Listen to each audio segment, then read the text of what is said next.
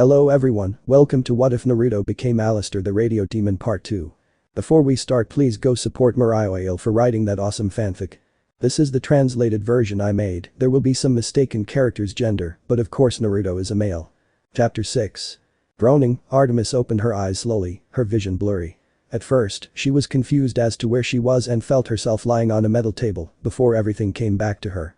His hunters, the killers, attack, chase him, get caught, then nothing. That made Artemis stand at attention as she tried to get up, but she found herself restrained, and worse, she couldn't sense her divine power. Not only that, but she wasn't wearing her usual outfit, but a simple hospital gown, which made her nauseous because the killer saw her naked and did God knows what. Damn Tartarus, how could I have let myself be tricked and captured like that? Artemis cursed, mentally fighting her bonds. Suddenly she heard a noise that made her look around at her limited space, thinking the killer was here. Get out, coward. Artemis shouted, refusing to show how worried she was. Instead of the assassin's masked face, Artemis was confused and surprised to see her lieutenant. Thalia, what are you doing here? Artemis whispered loudly in case the assassin was nearby. Thalia silenced her. Relax, I could come back at any moment. Thalia said, Artemis still confused. But how are you here? Artemis repeated since she knew for a fact that Thalia was in the temple of the demigod, or at least she thought she was. The bastard grabbed me in anema, I've been trapped here for God knows how long. And before you ask who you think is in the temple, it's not me, it's a clone he made with my blood. Now let me get you free, then we can get out of here. Thalia said. Artemis nodded, though she silently wanted to stop and hopefully kill the bastard before she left. And where do you think you're going? Naruto said a few feet behind Thalia. Thalia, run fast now. Artemis shouted, at least hoping her lieutenant would escape and get help. Though that hope quickly faded when, to Artemis's surprise, instead of running, Thalia gave a wide smile, turned around, and ran straight into Naruto's arms. Hey, sweetheart. Thalia said, kissing Naruto on the lips, surprising Artemis even more. Would you mind telling me what you were doing? Naruto said, waving his knife back and forth, making Thalia pout. I haven't proven myself loyal. Fine, I just wanted to play with her a little. Thalia said, much to Naruto's amusement. Well then, I apologize for interrupting your playtime, but I think you'll be glad to know I have the videos. Naruto said, holding up a USB stick, Thalia getting a bloodthirsty smile. Does that mean we can finally kill the bimbo? Thalia asked giddily since she never liked Drew, and finding out what she and her poor mother did made Thalia want to fry her. Not yet, remember that once little Annie sees the truth, she'll take care of Drew. Naruto denied, making Thalia pout more by crossing her arms. What have you done to him? Artemis demanded, reminding them of her presence. Oh, right, you're still here. Naruto said boredly, angering Artemis. I said, what did you do to Thalia? Artemis repeated. I haven't done anything to her, nothing she didn't ask for. Naruto replied with a smile, his arm wrapped around Thalia's waist. Liar, Thalia would never ask you for anything, you're controlling her. Artemis retorted, looking at Naruto. Naruto tilted his head back and forth a bit as if considering her words. Walking over to the side of the table Artemis was tied to, before the goddess could react, he plunged his knife deep into her abdomen. Ay. Artemis screamed as the metal burned her insides and seemed to drain her sealed power. Stygian iron. Artemis thought about the pain. I suggest you keep your pretty little mouth shut if you don't want to lose your tongue. Naruto hissed, pulling out the leaf and wiping away the itcher. How did you get street Stygian iron? Artemis said, gasping for air. That would be my doing, a female voice said, drawing Artemis's attention. Looking, he saw a young woman step out of the shadows. The woman had pale skin as if she had been drained of all blood, with the same blue tint found on the lips of the dead. Jet black hair fell over her shoulders. Her black lips formed a dark smile. She wore black clothing, high-heeled boots, tight black leather pants held up around her waist by a chain belt, a black halter top that pulled against her ample bust, and a leather jacket that reached just above her abdomen and had metal spikes on her shoulders. What stood out the most were her cold black eyes, darker than the void, and dark gold pupils. Melano. Artemis said, surprised by the goddesses. Hey Artemis, I must say I love your new look. Melano said, walking around the table. What are you doing here? Don't you know who he is, what he's done? Said Artemis. Oh, I know exactly what he's done, and I couldn't be more proud of my cute little grandson. Melano said, putting her elbow on Naruto's shoulder as they shared matching slasher grins, while Artemis stared at them in shock. What, grandson? Artemis said. Yes, Artemis knows Naruto, my daughter's son. Melano mockingly introduced. Artemis could only look between the two, more shocked to learn that Melano was working with the assassin who was her grandson. Why would you side with your own family? Your father won't take this betrayal lightly, Artemis said warningly, hoping Hades's anger would be enough to get Melano to help her. Melino, however, scoffed, pushing Naruto's shoulder and approached the table, looking at Artemis. My dear old dad can fade away for all I care, him and my hitch of a mother. My parents never gave a shit about me, just because I looked like this. Melino said, her left side briefly taking on a blackened, mummified appearance.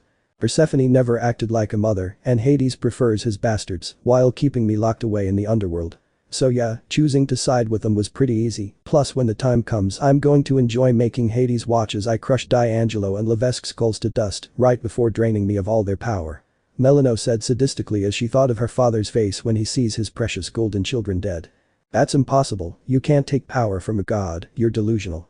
Artemis said when suddenly a large curved black blade was slammed down next to her head, embedding itself in the table. Artemis's eyes widened and paled when she saw that the blade was in fact a scythe, a very large and deadly one she had thought destroyed. But it was in Naruto's hands, her grandfather's scythe. You know, one of the many good things about having a burning hatred for Olympians and demigods, you become great-grandfather Chrono's favorite grandson. Naruto said, resting the scythe on his shoulder. How did you get that? Artemis stammered at the sight of one of the few weapons that could permanently kill a god. What of this? This, including its blessing, was a gift from Kronos. Did you really think he would risk his scythe being destroyed, should he lose? No, the scythe everyone thought was his was nothing more than a fake. This is the real deal though, but if you don't believe me, I'd be more than happy to show it to you. Naruto said, the blade hovering over Artemis's throat making the goddess breathe heavily. But don't worry, you won't die. No, I'm going to do what I did to dear Thalia here, Naruto said as the scythe returned to his knife. I will never submit to you, Artemis said defiantly. Though she was internally terrified, he was dangerous before when everyone thought he was just a deranged killer, but now Artemis knew that she not only had a goddess, but one of the most powerful weapons in the world. You know, Thalia said something very similar to that and now look at her, completely loyal to me. She would kill her own brother if I ask her to. Said Naruto. Oh, I would do it even if he didn't ask. Thalia added.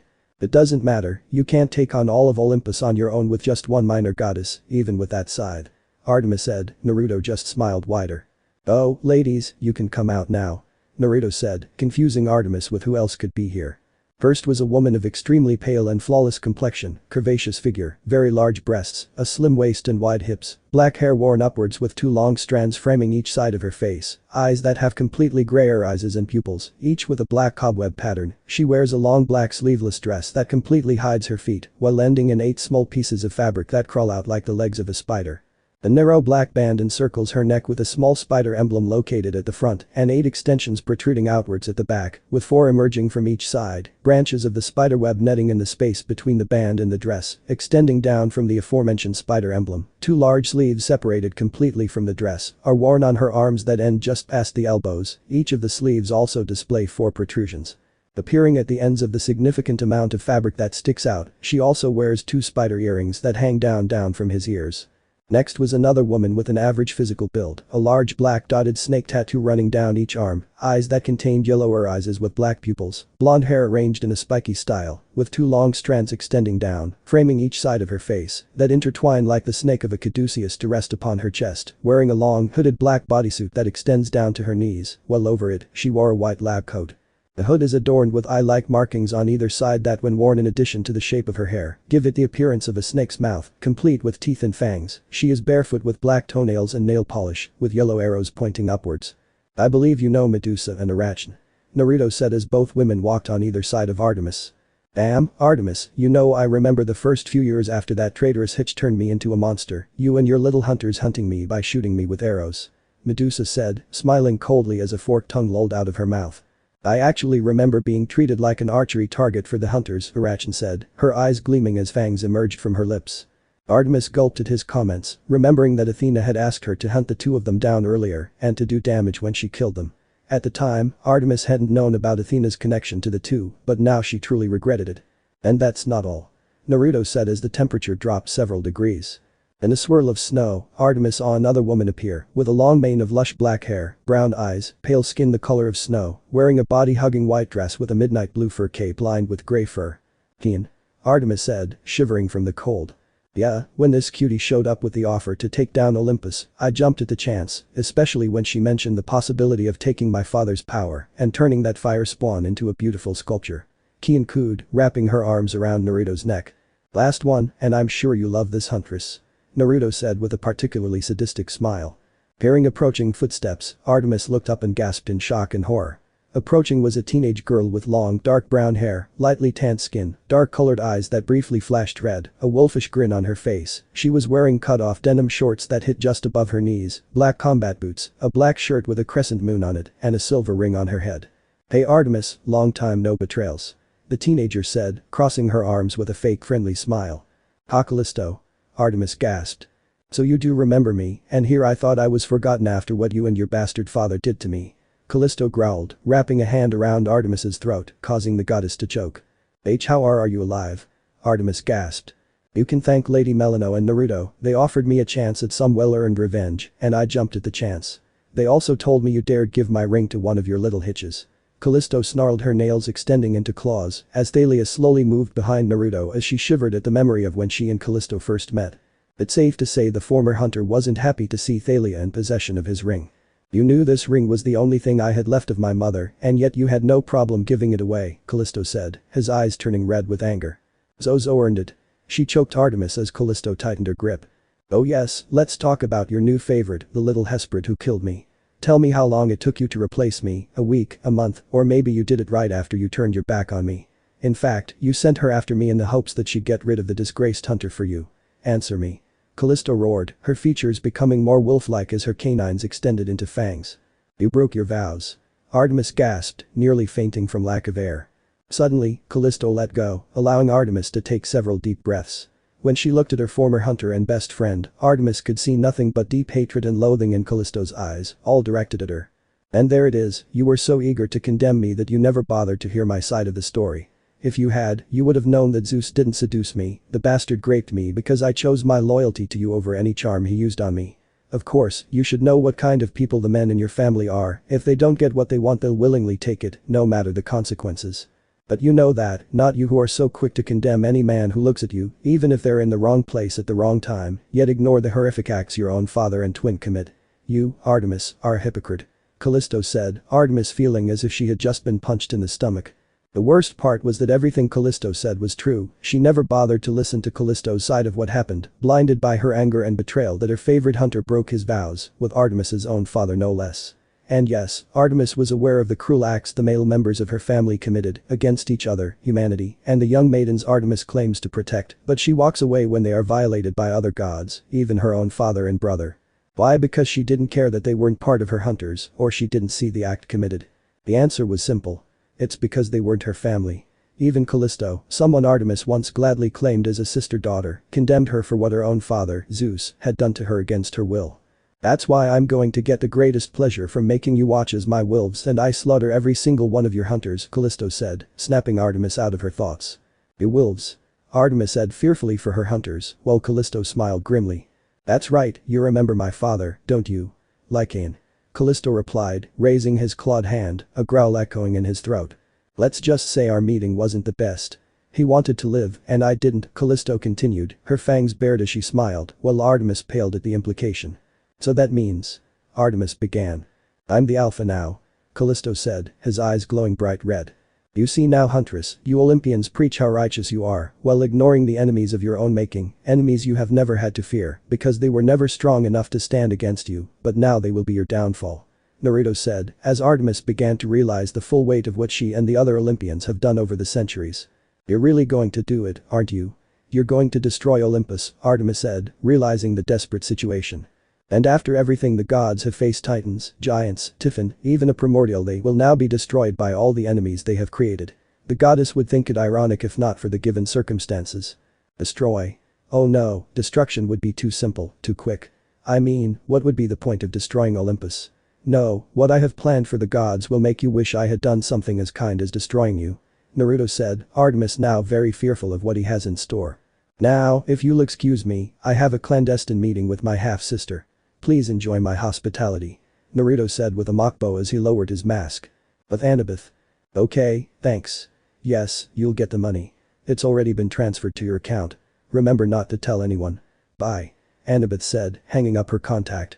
While word of his involvement in the assassin's massacre may have gotten out, he still had some contacts at the temple who owed him favors, and he called them to find out where the assassin had been seen recently, as well as to get in touch with a child of Hephaestus, willing to make weapons for a price, of course.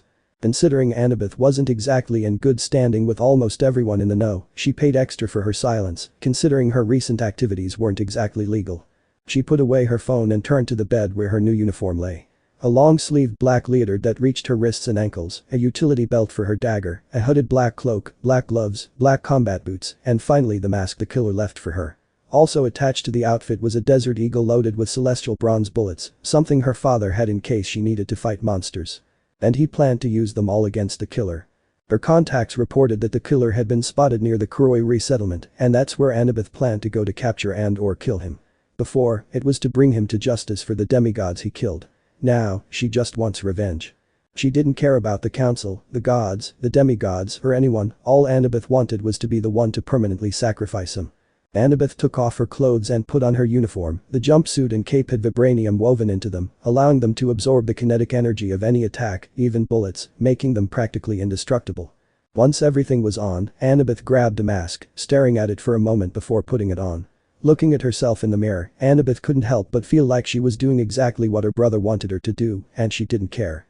You want to play Big Brother, okay, then let's play. Annabeth thought. Time skip 1 week Kuroyuri. Annabeth walked through the woods surrounding Kuroyuri, staying away from the settlement not wanting to risk being caught, especially considering a member of the council, she wasn't sure which one, had recently arrived probably hoping to catch the killer.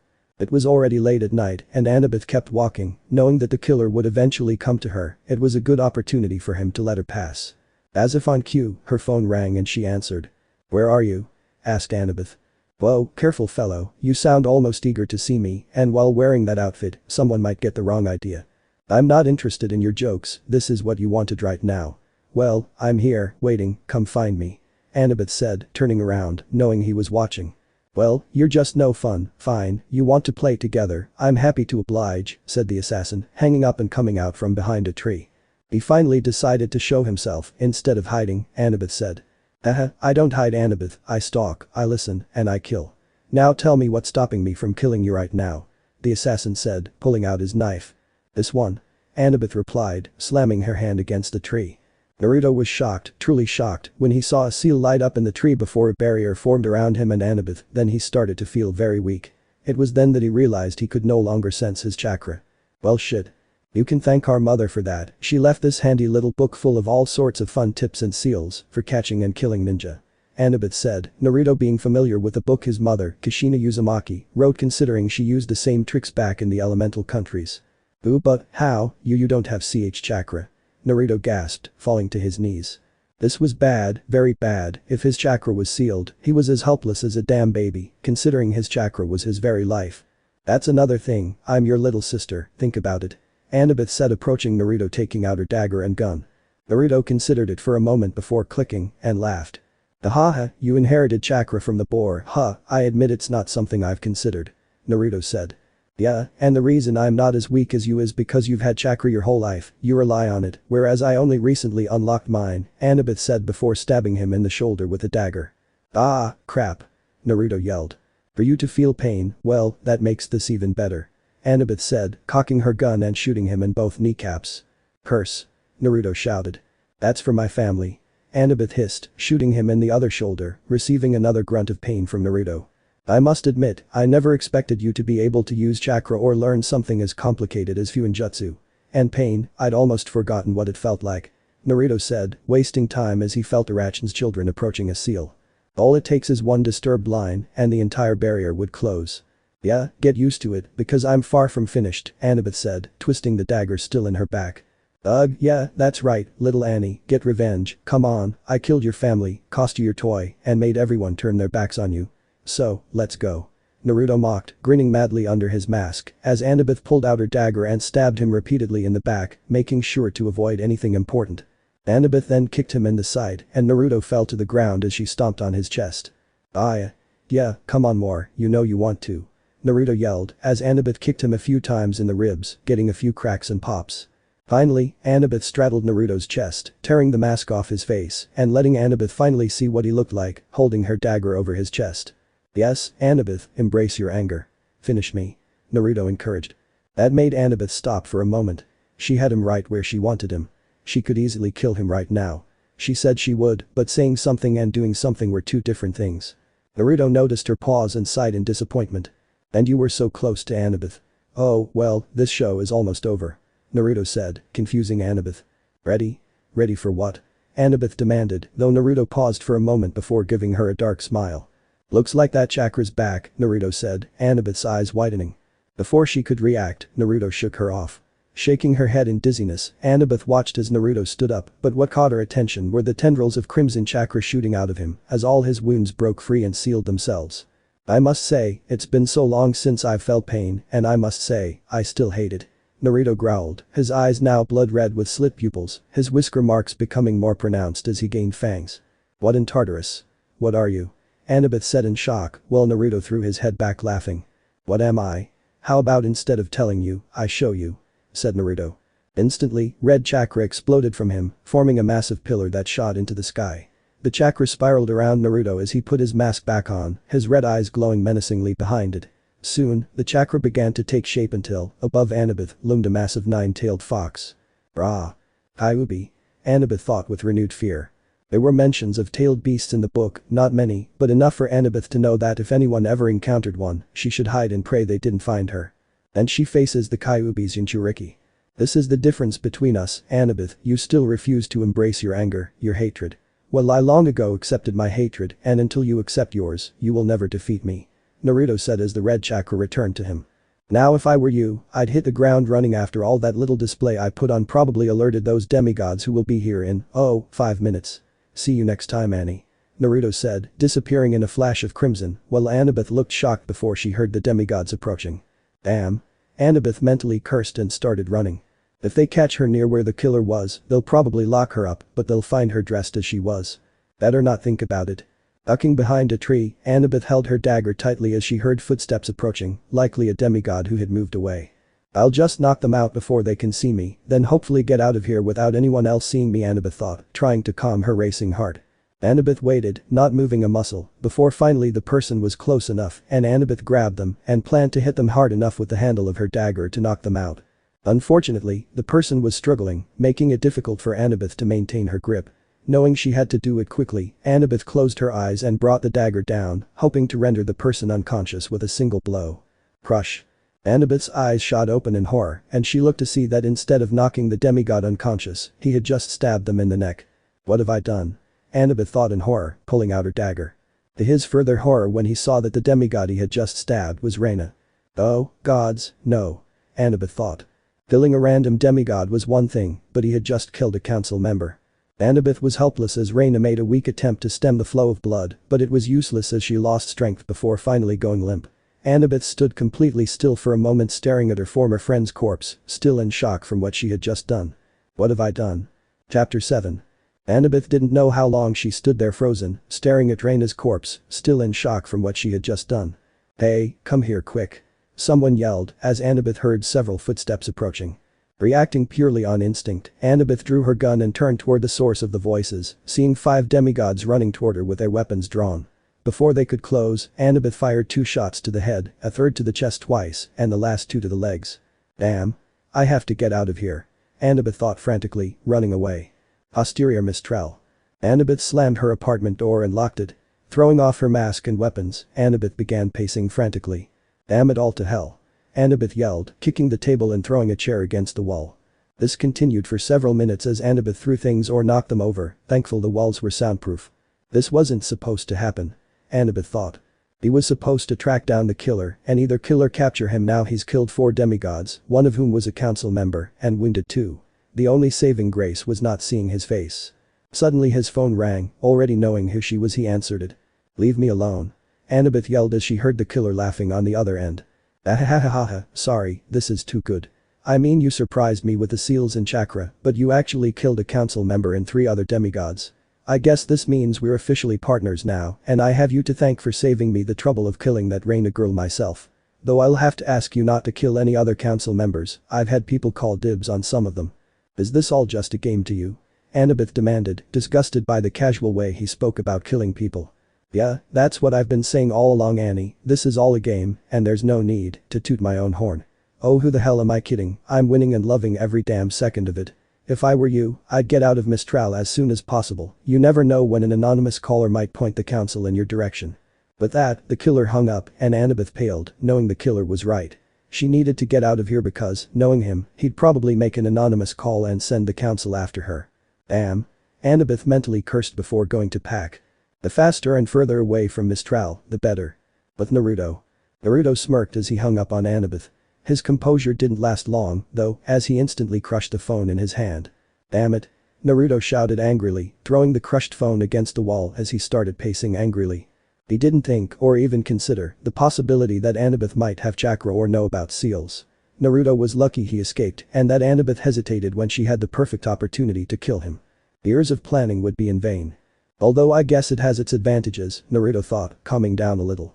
The experience that Naruto had become arrogant, overly self-confident, considering he almost never, if ever, meet someone he can't toy with, manipulate, threaten, or blackmail into doing what he wants. That had been the first time anyone had ever come close to catching him. But if Naruto was honest, it had been exciting to see Annabeth finally show her ruthlessness. It only proved she was doing exactly what Naruto wanted. He was even a little impressed by her resourcefulness. It didn't mean he was any less angry. Shaking those thoughts off for now, Naruto turned on his heels. He had a goddess to tend to. Olympus. All of the Olympians, minus Artemis, were gathered around, either discussing or arguing about the massive surge of energy they had all felt. The only Olympian who didn't participate in the discussion was Athena, who displayed a calm and collected appearance, though inside she was frightened. The reason for the power they had all felt was one she was familiar with, considering the same power had been sealed within her mortal form, so she would recognize the Kyuubi's chakra anywhere. He made Athena realize that Naruto was in fact the killer. The only reason she didn't tell the rest of the Olympians is because they would then wonder how he got to this dimension, and she couldn't reveal what brought him here. Considering all the demigods he's killed, there's no telling what the other gods would do to him. But it also made Athena realize that Kushina knew all along that Naruto was the killer. Why else would she stay silent for so long and suddenly start talking again? Once the meeting was over, Athena teleported back to her temple and immediately entered her mindscape. Mindscape. Opening her eyes, Athena saw Kushina sitting at a table reading a book. Well, look who finally decided to visit. And here I was thinking I'd been forgotten. Kushina said sarcastically without looking up, infuriating Athena even more. Without a word, Athena grabbed Kushina and slammed her against the wall. You would have known. Athena growled. Kushina had a mocking smile despite the situation. You'll have to be more specific. I know a lot of things. Kushina said. You knew all along that Naruto was the killer. Athena said, throwing daggers at her mortal half. Oh, that. Yeah, I knew it all along, kind of obvious when you think about it. You bring my son here and suddenly demigods start dropping like flies, Kushina said. Why did you never say anything? Athena demanded, Kushina looking at her like she was stupid. Why would you and the other so-called gods kill him or turn him into a monster? Oh wait, you already turned him into a monster. Kushina said looking at Athena. What are you talking about? Athena questioned, while Kushina laughed mockingly. You really don't know, or you don't care about that matter, do you? I don't know if your delusions are just stupid. Kushina mocked. That to the point. Athena said. You never bothered to look at all of my memories. All you were interested in was Minato falling in love with me, Naruto's birth, and anything else you deemed useful. Everything else was irrelevant. If you had looked into my memories, you would have seen what my life was like when I first went to Konoha. I was a stranger that no one cared about, plus the fact that I was a Jinchuriki added to by a rather terrible childhood. I only stayed sane because I had people who cared about me. Naruto never had that. No one ever cared about him. They just saw him as a demon or a weapon. And the one person who was supposed to love him unconditionally left him with the wolves.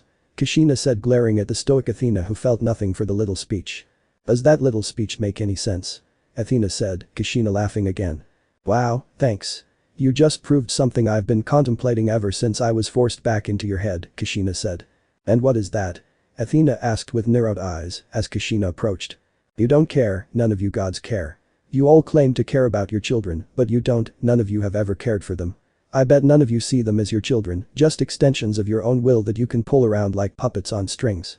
The demigods are your way of seeing who has the biggest ego. If a demigod completes a quest, then they get bragging rights until another comes along, and if they die, well, which one is one when you have a few dozen to spare? That's right, that's why you have demigods, to stroke your own egos. Maybe that's why none of you bother visiting your children, not because of some bullshit rules, but because you don't see them as your children, but as tools to be used as you see fit and discarded when their use is exhausted. Shut up. Athena squealed like an owl. What's wrong, did I hit a nerve? Do you want me to kiss it better? Kushina cooed mockingly. You know nothing of the gods, how we feel living for centuries, being turned into nothing but myths and legends. We only live off our children. Athena said, looking angrily. You know I see your lips moving and the words coming out, but all I hear are excuses. Kushina commented. Finally losing her patience, Athena threw Kushina across the room where she crashed into the wall, but all she did was laugh. Ahahahaha, wow, I actually made the calm and collected Athena angry. I guess there really is a first time for everything. Kushina laughed, Athena mocking her. You're crazy. Athena spat. What can I say, that runs in the family? Said Kushina. Laugh while you can, but once I find Naruto, I'll kill him and find a way to get rid of you for good. Athena said, leaving the mindscape without seeing Kushina's eyes flashing red. Once Athena left, Kushina stood up and dusted herself off while smiling. Stupid hitch, she didn't even realize there was no force behind her, holding me up or throwing me away. It just shows how arrogant she is. Kushina thought. The reason is that he's close to having gained enough power to take control of Athena's body, and after that comment about killing her baby, he doesn't plan on playing nice. I wonder what I should do first once I have control, maybe break into his hut and kill his demigods, or maybe track down all his ex-lovers and kill them and their families. Oh, the options. Kushina thought with a bloodthirsty grin on her face that showed where Naruto got his murderous tendencies from.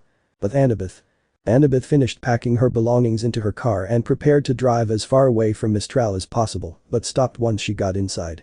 The reason was that the GPS navigation system Annabeth knew for sure wasn't there before. Before I could contemplate where it was coming from, although I had some guesses, it lit up with a message on the screen. Consider this a reward for entertaining me. The message then changed to a map showing directions to a safe house. Wonderful, now that he's either helping me or leading me into a trap. Annabeth thought. Well, if it was a trap, she's already shown that she's not going to be another one of his victims. Council chamber. So, not only do we have a killer on the loose, but now we have a lunatic vigilante on the loose, only they're using a gun, and they've already killed 4 demigods, one of whom was a council member. That's what I'm hearing.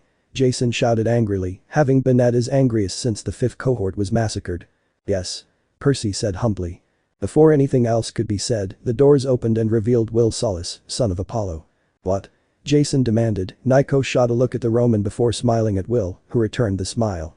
We just received an anonymous call saying they saw a suspicious figure running towards the apartment district and Will began before pausing as if unsure of continuing. So? Jason said impatiently. And they said that not long after, Annabeth could be seen driving out of Mistral. Testament finished. For a moment, nothing was said as everyone processed this information. Finally, someone spoke, and surprisingly, it was Percy. Alert all demigods and settlements, tell them that Annabeth Chase is under suspicion for the murder of 4 demigods, including a council member, for going against orders and for vigilantism. Percy ordered. But Naruto. You know, the first time I killed someone I was 9 years old. Even to this day, I still remember it with crystal clarity, the events leading up to it, the horror on my victim's face when she realized her life was being cut short. Naruto said, lying on a couch staring up at the ceiling, twiddling his thumbs. Meanwhile, Artemis screamed in pain as Thalia placed Stygian iron needles into several of her pressure points. Before that, the thought of killing, let alone hurting, someone had never even crossed my mind. All I cared about was becoming Hokage, gorging myself on ramen, and earning the respect of the villagers. Looking back, I can't help but wonder how insane I had been, possibly due to being constantly pulled on my head by nurses as a child. Oh yeah, I forgot to mention I have a photographic memory. I remember every little detail from the first moment I opened my eyes. Naruto said, looking at Artemis. Anyway, the moment I first thought about killing someone was after my last mob beating. I remember that too. It was worse since the previous ones only consisted of drunk civilians, this time it was shinobi. I was stabbed, punched, kicked, pretty sure I was set on fire as well. I'm not sure when I passed out halfway through. But it was the ending I still remember. A Chunin came to the front with a kunai, his eyes glowing with madness and sadistic glee, and he said to me, it's time to go back to hell where you belong, demon. It's time you paid for our friends and family that you killed. No one will care anymore, because no one could ever love a worthless demon like you. After that, he took his kunai and slashed my face to the point where even I wouldn't have recognized myself in the mirror. Then he stabbed me 9 times through the heart. Even to this day, I still wonder why or how. I survived, Naruto said. When I arrived I was in the hospital, and I had that mask on. Naruto said, pointing at his mask. Well, not that mask, but one of several masks that were needed to hold my face together after the dozen surgeries the Hokage forced the doctors to perform to keep me alive. When I first saw the mask over my face, I laughed. I laughed so hard that tears streamed down my face. Do you know why I laughed? Naruto asked, only getting another yell in response. It's because I finally realized something. No one would care about me, no one loved me, I really had nothing to lose. But the people who hurt me did have something to lose. Naruto said, his eyes darkening. When I got out of the hospital I tracked down the Chunin who stabbed me, I monitored him for weeks learning his schedule, where he lived, his friends, everything. I learned he had a wife and a child that were enrolled at the academy, I learned everything about them as well. When I learned everything I needed to I enacted my plan. I waited outside the Chunin house and waited for them to fall asleep. Once they were asleep I snuck in and drugged them to keep them unconscious for a long time, then I dragged them to a safe location and restrained them. When they arrived I wasted no preamble, I injected them with a slow-acting acid that began to eat them from the inside out. I gave the Chunin and his wife 2 kunai with 3 options: kill me to get their revenge, and maybe, just maybe escape to get help, kill themselves to end the pain, or kill their child, so they wouldn't see him suffer. Naruto said, smiling at the memory. The wife took the easy way out and stabbed the kunai into his throat. However, the Chunin chose to kill me, I moved out of the way, and he ended up stabbing his son in the chest. I remember the horror etched on his face at what he had done, the helplessness and despair in his son's eyes, as he realized he would die at the hands of his own father. As the Chunin wept over his son's corpse, I slit his throat as I stared into his shattered eyes. I remember it all. Naruto said before turning to the now moaning Artemis. You know, you could at least say something, I mean I'm pouring my heart out here right now. Naruto said. No, I'm just going to stand there and whimper through the pain. I swear none of you have any manners, Naruto said. Anyway, I then systematically killed everyone who had ever been part of the mobs that attacked me, along with their families, sometimes even forcing them to kill their families. It was a real learning experience, it helped open my eyes that, given the right circumstances, someone would kill their own children if it meant saving their own skin. Kind of like what most of you gods do. Naruto added. But of course, all good things come to an end. It wasn't until a few years later that I realized the doctors performing my surgeries put a poison in me, slowly killing me over the years, and I would have succeeded if I hadn't. I don't have a guardian demon who would love my games. But that's a story for another time. Naruto said, sitting down. You know, after that story, how about we watch what's on TV? Naruto said, grabbing a remote and turning on a large TV in front of Artemis's table, not that she could see. Yes. My favorite show is on. It's called The Hunters Become the Hunted. I think you love it. Naruto said, pressing another button, causing Artemis's table to tilt just enough so she could see the screen. What Artemis saw on the screen filled her with fear and despair, as on the screen was Callisto smiling at the camera in her hunter's camp with dozens of werewolves. It didn't take a genius to realize what was about to happen. Oh, don't look like that, who knows, maybe the hunters can survive, after all the werewolves are weak to silver. Naruto said in a comforting tone, which was ruined by his slasher smile. What he didn't tell Artemis was that he put seals on all of Callisto's wolves, making them immune to silver. Now just to rest, relax and enjoy the bloodshed. Naruto thought, smiling. But Callisto. Callisto walked straight towards the hunter camp, ignoring the looks she was getting. She didn't have to worry about any of them recognizing her, considering all the hunters from her time were either dead, cast out or abandoned. He left his wolves waiting for his signal. Have you found your new huntress, Lady Artemis? A hunter asked, walking toward Callisto. You could say I'm a hunter, Callisto replied, her claws coming out. That's wonderful, though you'll have to wait since neither Lady Artemis nor the lieutenant are here for you to take your vows. But we'll help you settle in, sister, the hunter said, while Callisto gave him a cold smile. That won't be necessary, I don't plan on staying long, Callisto said, as the hunter suddenly had a bad feeling. What do you mean? The hunter asked slowly, reaching for a hunting knife. Where did you get that ring? Another hunter shouted as they all finally noticed the silver ring on Callisto's head. Where do you think I got it? Callisto retorted as the hunters began aiming arrows at her. What have you done to the lieutenant? Another hunter demanded. You should be less worried about Thalia and more worried about her killing you all, Callisto said. Before any of the hunters could react, Callisto slashed the throat of the hunter in front of her with her claws. Now, before I tear you all to pieces, allow me to introduce myself. My name is Callisto, and yes, before you ask, I am that Callisto, and yes, this is all very personal. Callisto said as her eyes turned crimson red, her teeth lengthened into fangs, and her features became more wolf-like. Callisto then unleashed a roar that caused some hunters to drop their bows to cover their ears from the loud roar. Instantly, all the werewolves leaped forth and began tearing at the hunters, aiming to kill them all, rather than turn them. Callisto joined the carnage, tearing and ripping at the hunters with her claws and teeth. What made this even better was that she, Artemis, was watching all of this. All of her precious hunters being slaughtered. Naruto will definitely get a special reward after this. Callisto thought happily. But Naruto. Do you see now, Huntress? None of you gods can stop what's coming, no one can. This is just a preview of the destruction I'll bring. Naruto said before noticing that Artemis wasn't reacting to what he was saying. Artemis just stared at the screen as her hunters died before her eyes. Tears fell freely from her eyes. Snapping her fingers in front of her also elicited no reaction. I think we broke it, Thalia commented, waving her hand in front of Artemis's eyes. Possibly. Naruto agreed with a slow nod before plunging his knife into Artemis's shoulder, earning a scream of pain from the goddess. Here we go. Naruto said, glad that you hadn't accidentally messed with his mind. That comes later. So, now that the hunters are gone, what's next? Thalia asked. Just more murders, making the demigods paranoid to try and find me. Plus, with my little show of power towards dear little Annie, the boar likely now knows I'm the killer. And if I'm right, which I always am, then she'll keep it a secret, either because she thinks she can take care of me on her own, or because she doesn't want it getting out that one of her own children is killing demigods, and the only reason I'm here is because of her. Naruto said, Thalia nodding in understanding. While most might think that Thalia was no longer mentally healthy after what Naruto did to her, the truth was that she was still perfectly sane, minus the newfound bloodlust. Anything Naruto did to her never had any lasting effects or damage. The reason Thalia actually sided with Naruto was because he had opened her eyes to what the gods truly were, along with the things that certain members of the council would rather be kept hidden, including her own brother. Now Thalia just wanted to make them all pay with blood. When can I kill Jason?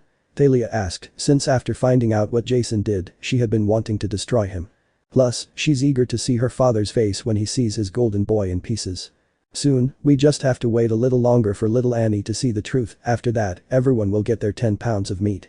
Naruto said, twirling his knife in his hand while smiling. One by one they will all fall. But Annabeth. Annabeth stopped at what looked like an abandoned mine, but she wasn't fooled. This was where the GPS led her, and if it's indeed the killers, then there's likely more inside. As she left, Annabeth walked toward the mine, her gun ready, as there was still a chance this was a trap. With her gun raised, Annabeth entered the mine, searching and listening for anything. Once he got far enough into the mine, though, he stopped when he came to a metal door with a handprint scanner. Hesitantly, he placed his hand on the scanner and waited while it scanned his hand, and the door opened. I don't even want to know how he got my handprint. Annabeth thought as she pushed open the door and walked in. Once inside, Annabeth was surprised to see it was a fully equipped safe house, with food, a bed, a bathroom, and even security cameras installed outside. Going further inside, Annabeth found a tape recorder on the table. Picking it up, she pressed play. Hey Annie, if you're listening to this, that means you followed the GPS instructions to get to this little safe house. Consider it your reward for entertaining me during our little encounter. Of course, you might as well consider it a comfortable prison, since you're now a woman wanted by every demigod and being hunted. Although if it makes you feel any better, I've already taken care of the hunters so they won't be a problem, no need to thank me. Up until next time, sis. Annabeth stood frozen as the recording stopped, the hunters were dead, and she was now a criminal. This has gotten a lot more complicated. Although Annabeth. Chapter 8. Higanbana, a demigod settlement located in northern Canada and the most recent target of Naruto's massacre. The streets were currently deserted, with no one willing to risk being the killer's next victim. However, if one looked outside, one would see two figures in black cloaks, one running and the other walking at a leisurely pace. Annabeth cursed as she crouched in an empty fairground behind a game stand. She had just arrived in Higanbana, and her brother had already killed 10 demigods. Annie, come out from wherever you are, Naruto yelled, twirling his knife between his fingers. Note to self, start bringing extra cartridges. He figured Annabeth had run out of bullets, since he'd apparently learned from their last encounter to let her trap him in one place. As well as making sure not to stay still after his previous encounter ended with him almost being forked from the ninja cable he somehow managed to acquire. Come on Annie, I promise I won't hurt you. Too much. Naruto said, sounding much closer. Cursing again, Annabeth looked around for a possible hiding place. Eventually, she found him in the House of Mirrors, making Annabeth want to confront him, knowing that going to a House of Mirrors with a killer after her was never a good idea. Annabeth, come out right now, you little hitch, so I can gut you. Naruto demanded loudly. But I really have no choice.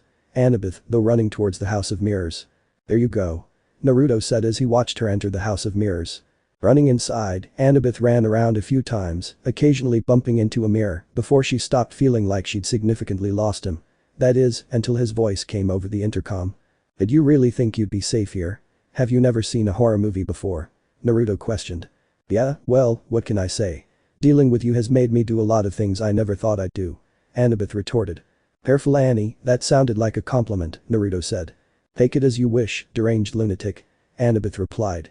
And back to the insults I see. By the way, I wanted to ask you, you have a lot of chakra and you've advanced surprisingly well without a teacher. But I need to know if any of our other siblings possess chakra as well. Naruto asked, wondering if he would have to worry about other chakra users. Although if there are, he's probably already killed most of them with the amount of half-siblings he's murdered. Annabeth contemplated telling him where to stick his question, but decided to play along. There are others, but they're rare, though most don't accept it, and I admit I was one of them, that is until the founding of New Greece. Annabeth replied, though if she were honest, she wasn't sure if any of her siblings possessed chakra. I'll have to take care of them, but for now. Naruto continued to worry Annabeth when everything suddenly went silent. Though it didn't stay that way for long as Naruto burst through a mirror with a scream and grabbed Annabeth, causing her to scream as he slammed her against a mirror. Annabeth screamed and Naruto started screaming as well before he started laughing before taking off his mask. Ah. Well, here we are at last. No friends, no traps, no weapons, just a scared little girl. Naruto said, leaning closer until their faces were inches apart and he saw the fear and resignation in her eyes. Well, do it. Blow me up and get it over with. That's what you said you were going to do. What's the most common crime committed in Greek mythology? That's what you said, remember? So do it. Annabeth said that while she was terrified that would happen, she wouldn't give him the satisfaction of seeing how scared she was. In response, Naruto, seeing Annabeth's confusion, let her go and took a step back.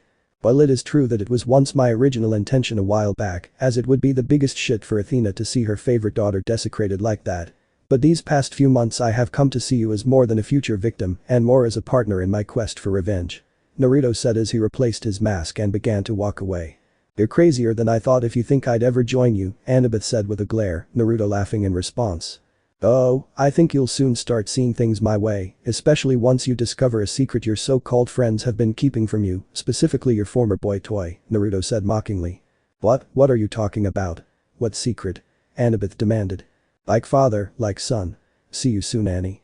Naruto said, shining away.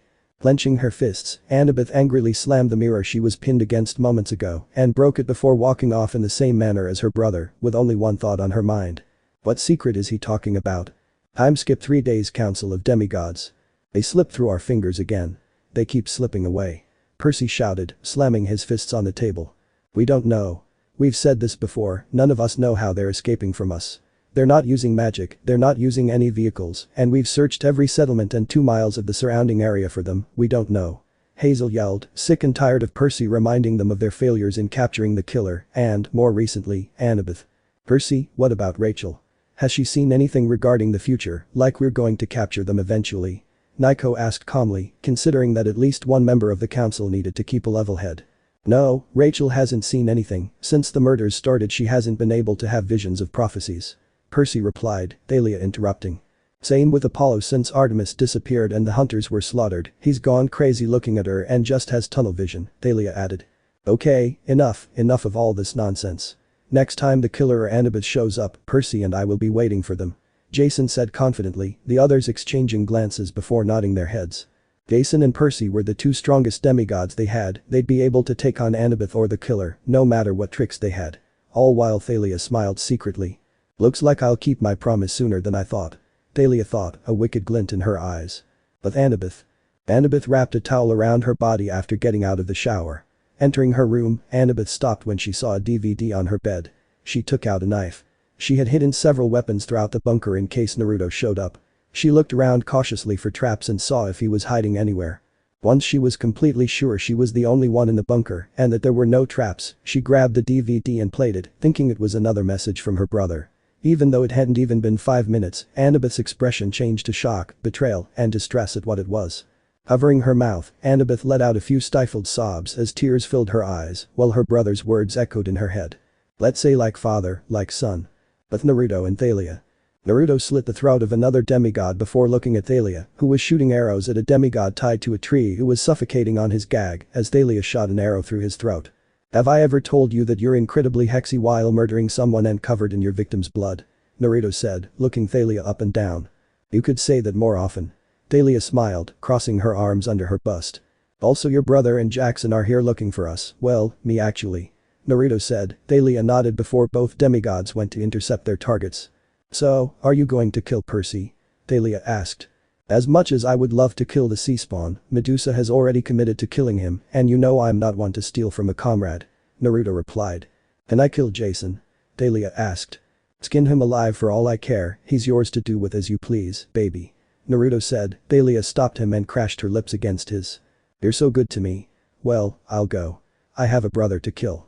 Thalia said running. Just make sure it hurts. Naruto reminded. If he had one rule, it was to make sure his victims died in agony. But that, Naruto ran to where Percy would soon arrive and put on the mask. "Hey Percy Jackson," Naruto said, approaching the view, causing Percy to face the assassin with a glare. You're the one responsible for all this murder, all this destruction," Percy shouted, Naruto laughing at his anger. "What can I say, guilty as charged," Naruto said, Percy gritting his teeth. "I'm going to stop you here and now." 92.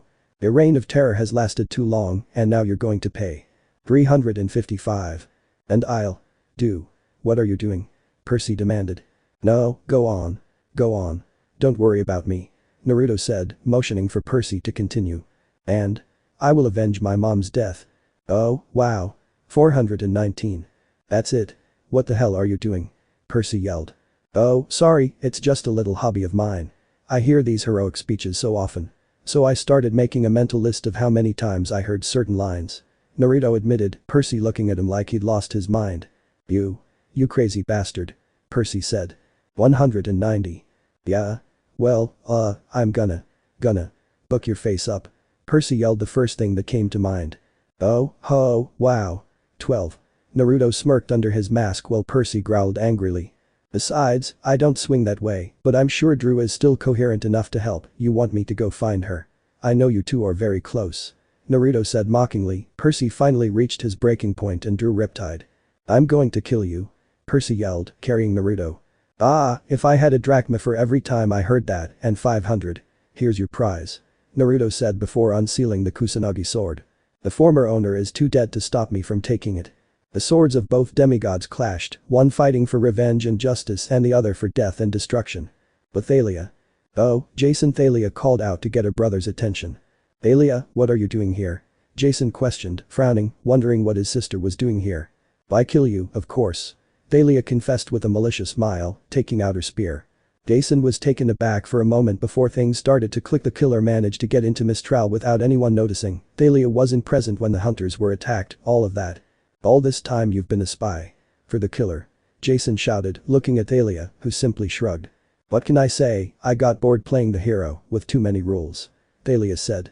"Traitor," Jason roared in anger, charging at Thalia, who stopped him with her spear and lightning, to which he responded with wind. "Everything we've built so the demigods can be safe and the hunters, you turned your back on it all," Jason yelled, throwing a gust of wind at Thalia. "Yes, I did, but you're not really one to talk. I know about all your little deals you tried to keep hidden. Tell me how many nymphs, mortal women, and demigoddesses you had to give to our bastard father to get him to agree to let the gods help build New Greece," Thalia retorted. "Everything I did was for the betterment of all demigods, something you clearly don't understand," Jason pulled back. "So what if he had to turn a blind eye while offering his father nymphs, mortals and demigoddesses? It was for the greater good." "You really are your father's son," Thalia said with disgust. "Oh yeah, how many demigods have you killed helping that maniac?" Jason retorted. "I don't know, I lost count after 100. But you want to know the difference between us, Jason?" Thalia said. "What?" Jason yelled before screaming in pain as Thalia's spear pierced his leg. "I'm honest about being a monster. You and the rest of the gods disguise yourselves as benevolent when in reality you're no better than the Titans.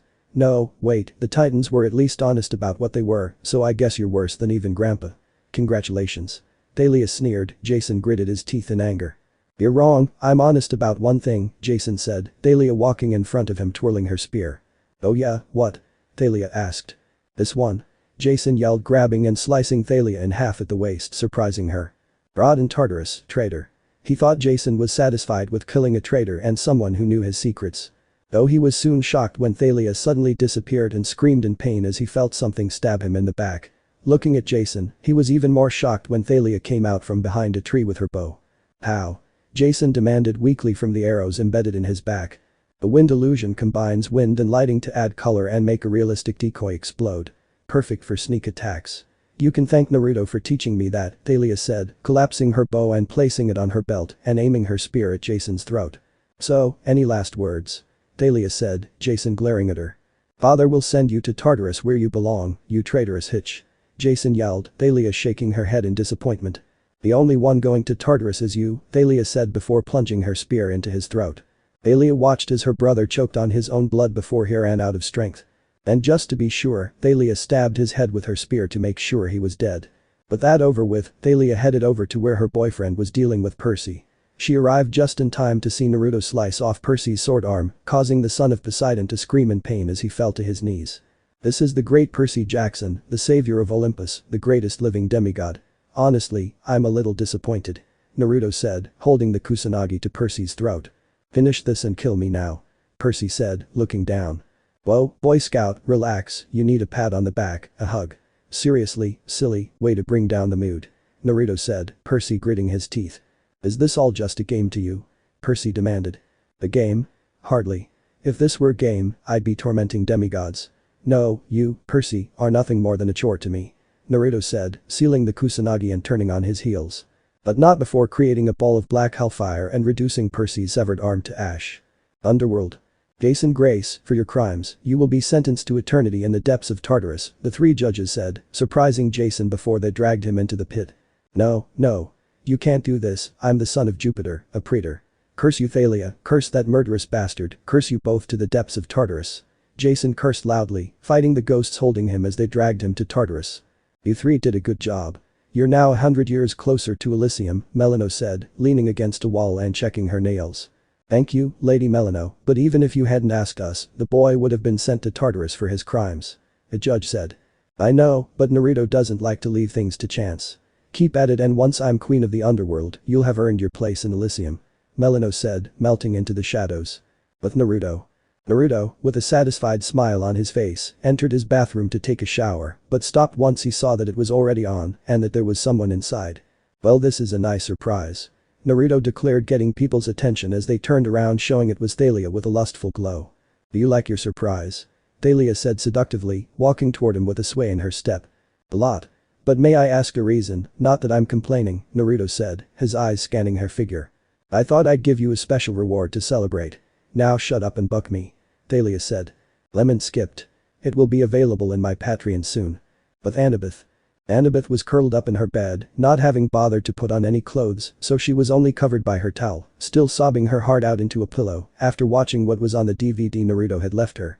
She tried desperately to deny that it was true, but after watching the video for the third time, Annabeth couldn't deny that what was happening was completely true. The video showed her the truth of what her mother did to Medusa and Arachne, who were victims of petty grudges and jealousy, turned into monsters by their own mothers. But that wasn't even the worst of it. The other part of the video made Annabeth feel like her heart had been ripped out and stomped on. I knew the gods were petty, but one of them would go that far. Annabeth remembered when New Greece was still being planned and designed, she admitted that she was excited to help create it, but at the same time, she wanted to live a normal life without monsters, gods, or world-ending threats after all the craziness she and her friends had been through the past 2 years. Percy, on the other hand, was all for building New Greece as a safe haven for demigods. Annabeth tried to get him to come with her to live a normal teenage life, but he was determined to take down the nation. They argued about it for weeks, almost breaking up, and Annabeth even stayed with her father for a while. Eventually, they made up, and Annabeth agreed to stay and help build New Greece, and she thought that was the end of it.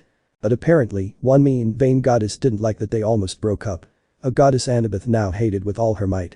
Aphrodite. Annabeth knew that Aphrodite enjoyed messing with people's love lives, demigods in particular, especially those of people who caught her eye. She and Percy ended up drawing the short straw in that his love life was one Aphrodite was particularly interested in, and the goddess of love didn't appreciate the fact that they almost broke up. So during the time they were apart, Aphrodite sent Drew to seduce Percy and sleep with him, while recording it to use against Annabeth if she ever broke up with Percy, to hurt her, because Percy slept with another girl and never told her. That was the other thing in the video, Percy and Drew having sex. Annabeth was filled with hatred, sadness, and despair that Percy had let himself be seduced by that hitch Drew and slept with her. Once again, she remembered her brother's words. Let's say like father, like son. She felt sorry for that Hitch's daughter, she blamed herself for Piper's death, although now. I wish I'd killed her myself. Annabeth thought angrily before guilt washed over her. Piper was her friend, she didn't know about her mother and sister's plot. Or maybe she knew, maybe all of Aphrodite's children knew. Annabeth knew Drew wasn't one to hide anything he could use against people, and they never got along. Annabeth looked up when she felt someone sit next to her, seeing that it was her brother without his mask.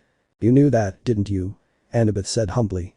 I had my suspicions, knowing how petty the gods can be when things don't go their way. I only found out after torturing information from some of the fox goddess's children.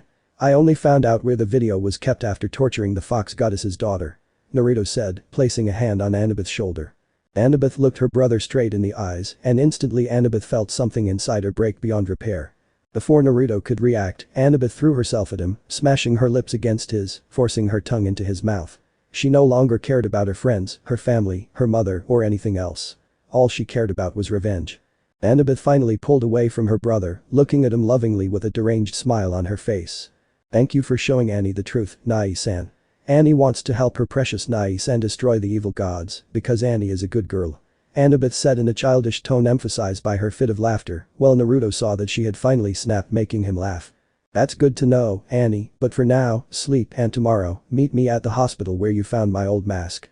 Then we'll start our plans, and I'll have a gift for you. Naruto said. Yay, Nai-san has a present for Annie. Annabeth cheered like a child, kissing him again. Suddenly, Naruto dissipated and revealed himself to be a clone, which made Annabeth pout before walking away with a smile on her face, dreaming of her precious Nai-san and the destruction they will cause together. But Naruto smiled as his clones recalled the conversation with Annabeth. Welcome to the family, Annabeth. Naruto said, wrapping an arm around Thalia, who had a stupid booking smile on her face. Everything fit together perfectly. Olympus Temple of Athena. Mindscape. Athena blinked in confusion, a bit odd, as she stood in her mindscape. What am I doing here? I know I haven't gotten myself into trouble. Athena thought with a frown, annoyed at having been taken away from her search for Naruto. She needed to find him before anyone else, otherwise, who knows what will happen if the other gods find out she brought him here. Yes, I'm sorry to disappoint you, but you won't find my baby or leave here ever again. Kushina said with a smile, crossing her arms, making Athena mock her.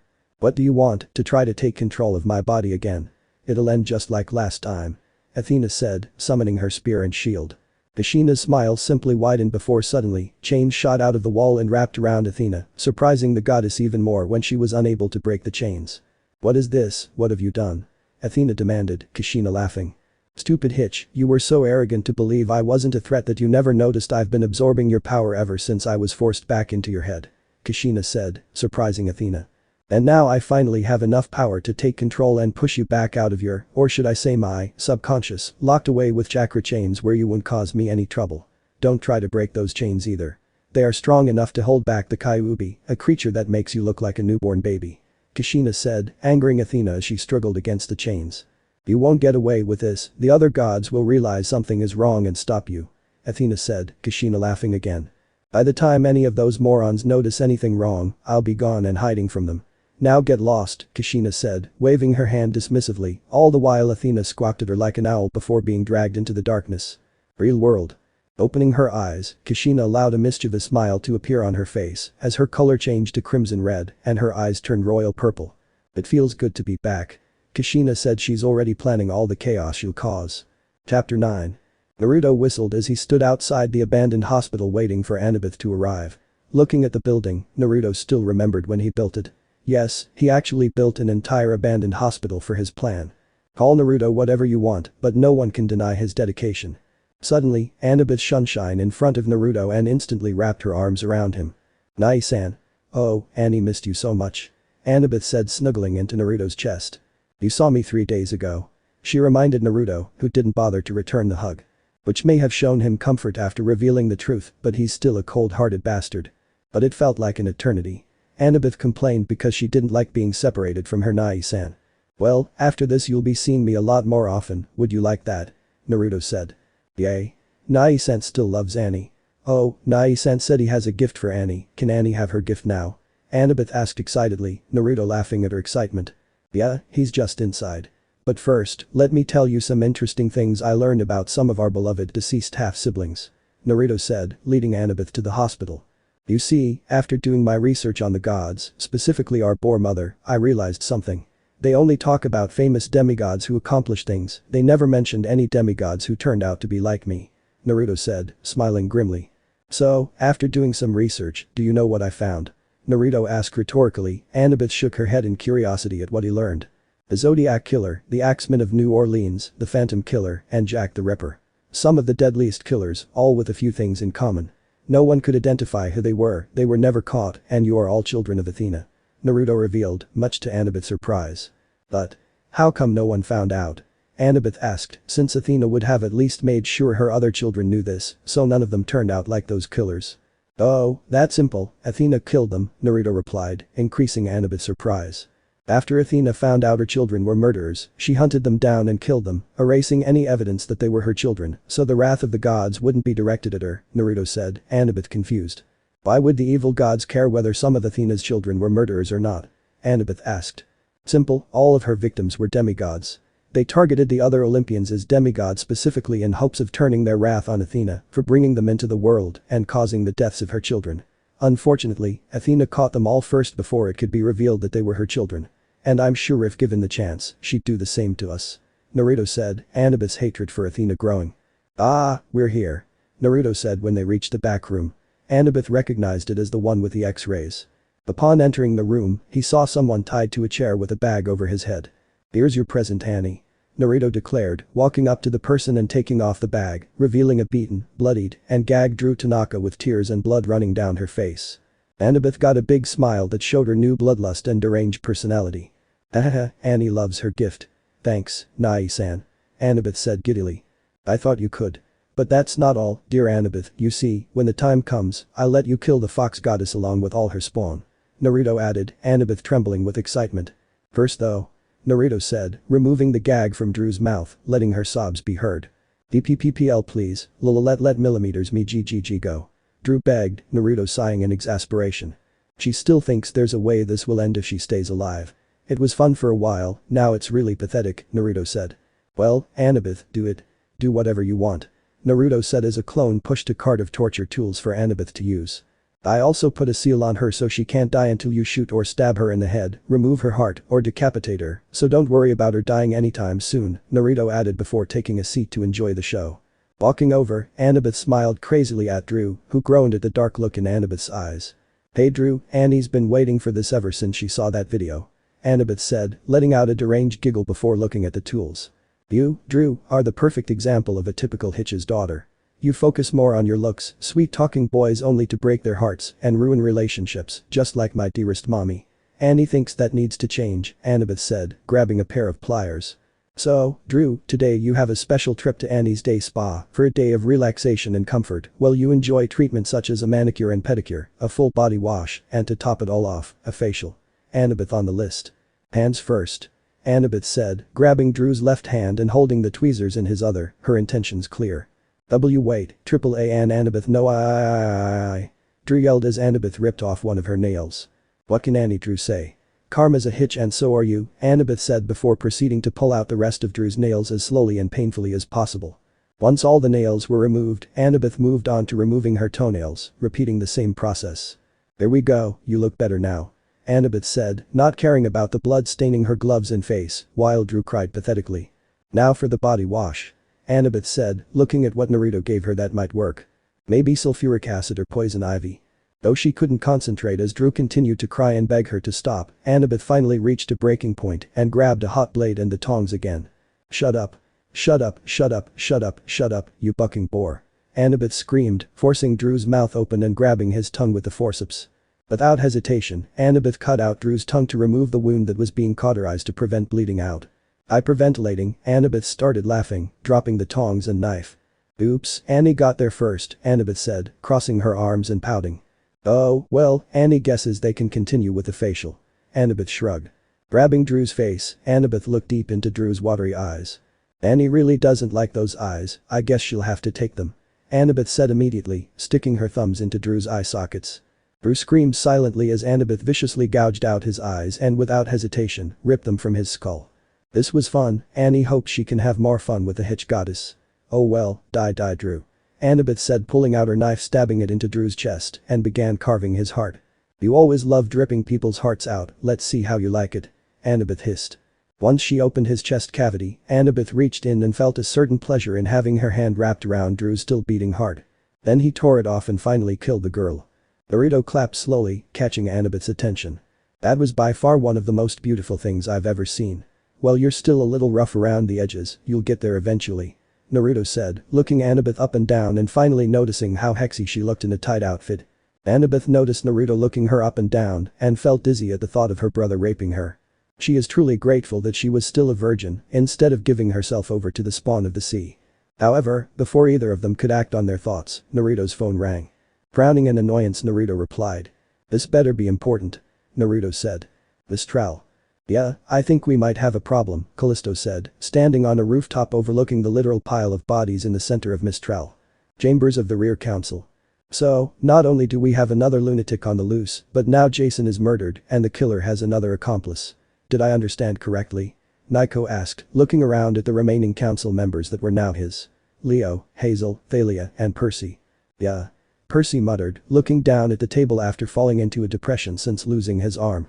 When the pile of bodies was discovered, they would have liked to blame the killer, hell, they would have preferred it to be the killer. But the killers weren't the killers, they didn't drag their victims' bodies all the way to Mistral, just leaving them where they found them. Also, after some DNA testing, they figured out that all the men, since they were all men, had been fathered by all of Athena's demigods, people the killer wouldn't care about, since most demigod parents, especially fathers, don't give a damn about their demigod children, seeing them as a burden. So the only conclusion was that there was another killer on the loose, whether it was a copycat, someone working with a killer, or one of his own, remained to be seen. That's great, that's bucking great. Naiko muttered as if they didn't have enough trouble with one killer and Annabeth still on the loose. With Kushina. Kushina grinned like a maniac as she watched all the demigods run around like headless chickens. After gaining control of Athena's body, the first thing she did was hunt down and kill all of her mortal lovers, and if they had family, they died too. The reason being that the only two people Kushina would be intimate with, even if it was only mentally, were Minato, though that's debatable at this point, and Naruto, he's her precious baby, and she'd do anything for him. Even if Athena had been the one doing it, Kushina still had to feel it, and that only made her hate Athena even more. Even though Kushina was sure Athena wouldn't mind if her previous lovers were killed, it sure made Kushina feel better about killing them. Who should I kill next? The Hitch children, no Naru-chan has targeted them yet. The other mortal loving gods, depending on whether they still care about them. Decisions, Kushina thought. With Naruto. Naruto was at his base, tapping his fingers on the table as Medusa, Arachne, Melino, Callisto, Thalia, Kian, and Annabeth surrounded him. Artemis was also there, still strapped to a table. Most of them stayed at a distance, fearful of his possible outburst. Considering that they had all seen the consequences of his anger, the results weren't pretty. He was currently thinking about the newest problem, the problem being someone killing all of Athena's previous lovers and leaving them exposed in Mistral. While Naruto honestly couldn't care less about some mortals, seeing them as less than an ant under his boot, that didn't mean the gods would let something like this go. Not the murders, no, Naruto is sure they cared less than he did about a few dead mortals, he's not talking about the disrespect of leaving those bodies in the heart of the demigod nation. I have to speed up my plan again. Naruto thought, annoyed because he didn't like it when he has to change his plans when someone messes them up. Taking out 3 daggers, he threw them at Melino, Kian, and Callisto. It's time for the grand finale. Naruto announced, all of them getting dark smiles, especially the 3 he gave daggers to, as they knew what they meant. Melino, take care of Thanatos and Persephone. With their powers combined with yours, it will be easier to subdue your father. Callisto, Thalia, go after Hercules and send his head to Zeus. Kian, deal with your brothers and your father. Naruto ordered, all of them nodding. Melino disappeared into the shadows, Kian teleported away in a swirl of snow, and Thalia and Callisto vanished in a flash. What should we do? Medusa asked, beckoning to her and Arachne. Walking towards them, Naruto wrote several names on a piece of paper before handing it to them. Find these people and bring them here. Alive and in one piece, mentally and physically. Naruto said. Looking at the names, the 2 former monsters groaned in annoyance but nodded reluctantly before leaving. What does Annie have to do, Nai-san? Annabeth asked with a pout, seeing that everyone else had to do something exciting while she got nothing. Well, dear sister, we're going to hunt down every single one of the fox goddess's children and chop them all into little pieces. And when I say every single one of their children, I mean every single one of them, mortal and immortal alike, along with both aspects. Naruto said, Annabeth smiling widely. Yes. Annabeth cheered before tackling Naruto and crashing her lips against his. Naruto responded enthusiastically, picking Annabeth up and placing her on the table as he stuck his tongue in her mouth, which she accepted without hesitation.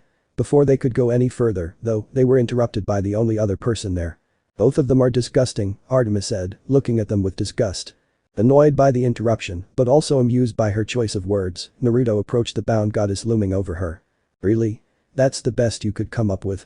I don't think you can really talk considering the amount of incest that goes on in your own family. Your father marrying his sister, your uncle marrying his niece, your other uncle also screwed his sister and his own grandmother.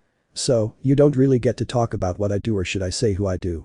Naruto said mockingly before realization overcame him. Or maybe you're not upset, maybe you're jealous.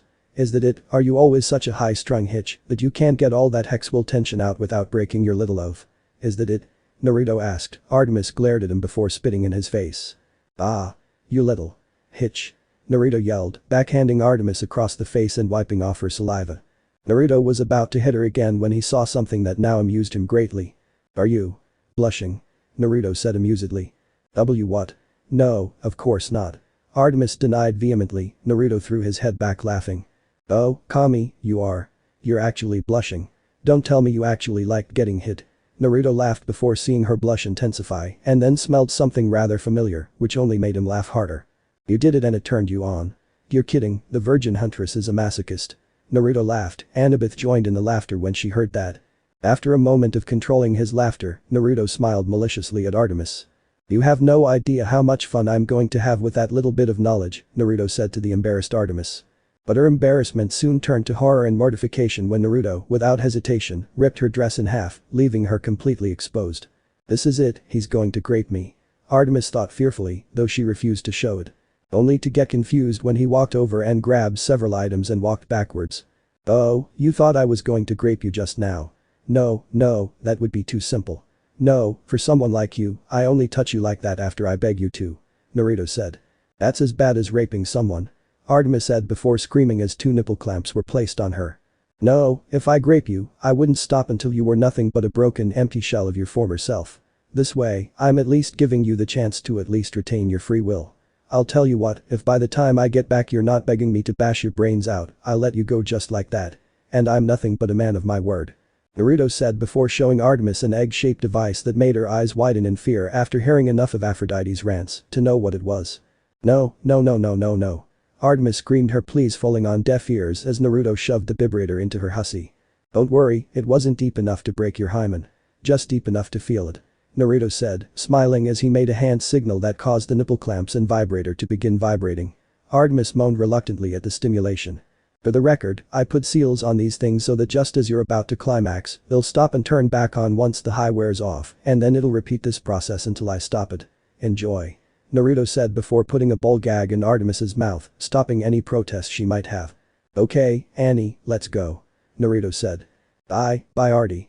Annabeth said, waving to the bound goddess.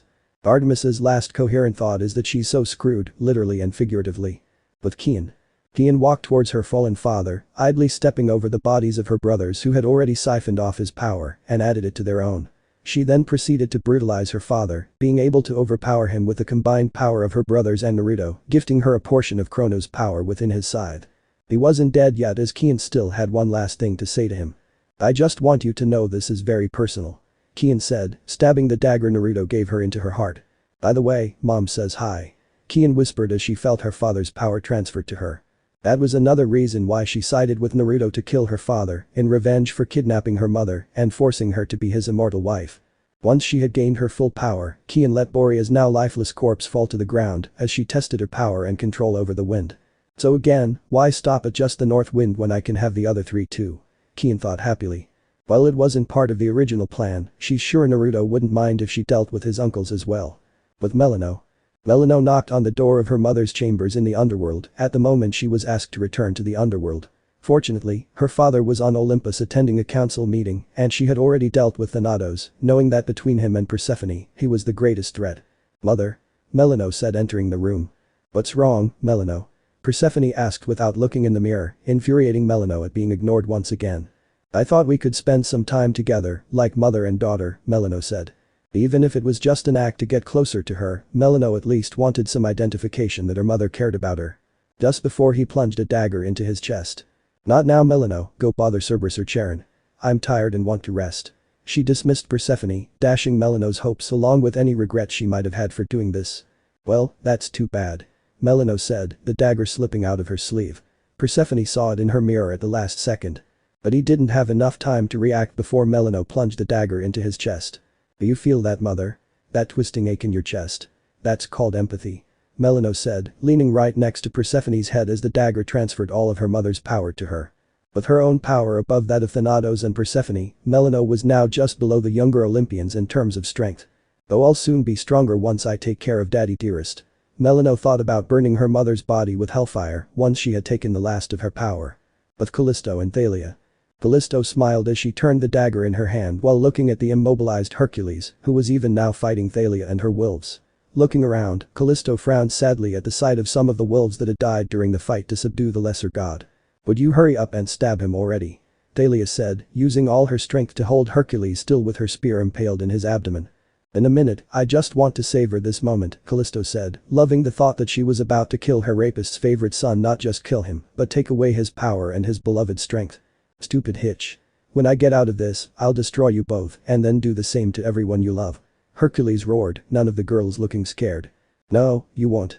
Because you will not live past this day, Hercules. You will die, your legend will die, everything you are will be taken. And in your final moments, you will realize," Callisto said, stabbing Hercules in the chest, causing him to gasp as he felt himself grow weaker and weaker. "You're nobody," Callisto whispered, looking him straight in the eyes. Their struggles grew weaker and weaker until finally, Hercules' power ceased.